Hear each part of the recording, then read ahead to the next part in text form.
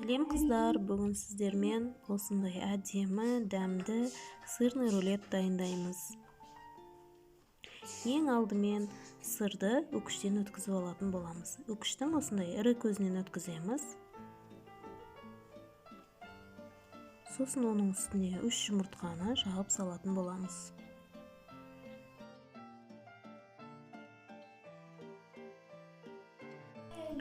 Манка қосамыз. Майонез қосамыз.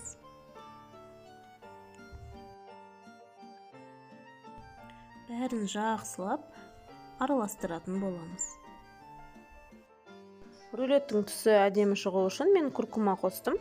Краситель қосуға да болады. Бәрін жақсылап араластыратын боламыз.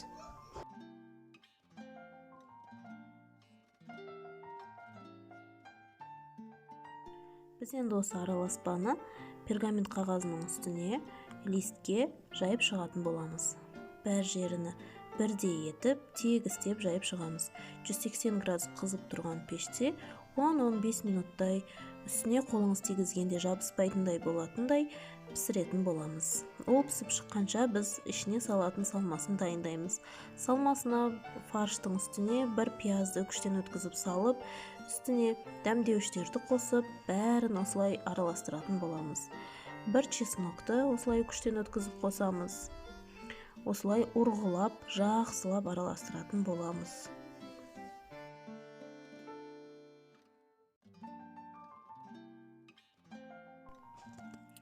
Дайын болды салмасы.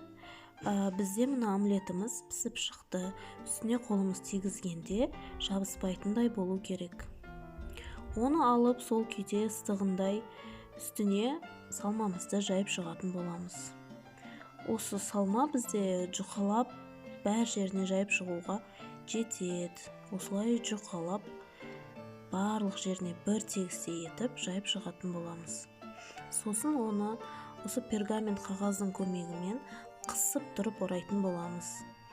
Бос орап қоймаңыздар қыздар. Бос орайтын болсаңыздар піскен соң кескен кезде ол шашылып кетеді.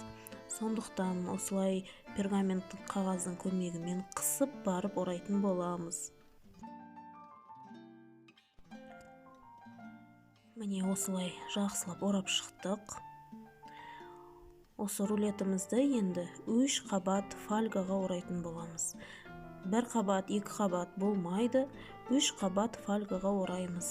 Өйткені сырымыз пеште пісіп жатқан кезде үсті күйіп кетуі мүмкін. Сондықтан біз 3 қабат фольгаға орайтын боламыз. Шеттерін осылай қысып қоямыз жауып.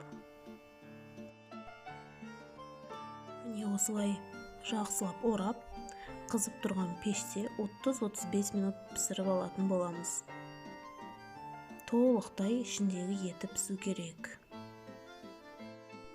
Рулет пісіп шыққан соң, оны толықтай суытып барып фольгасынан шешетін боламыз. Сосын оны холодильникке бір түнге, не болмаса 2-3 сағатқа морозильникке қойып, сосын барып кесетін боламыз. Сонда рулеттеріңіз осылай әдемі кесілетін болады. Өте дәмді, дастарханның көркін ашатын осындай рулет болып шығады бізде. Видео ұнаған болса лайк басып, менің каналыма тіркеліп кетуді ұмытпаңыздар.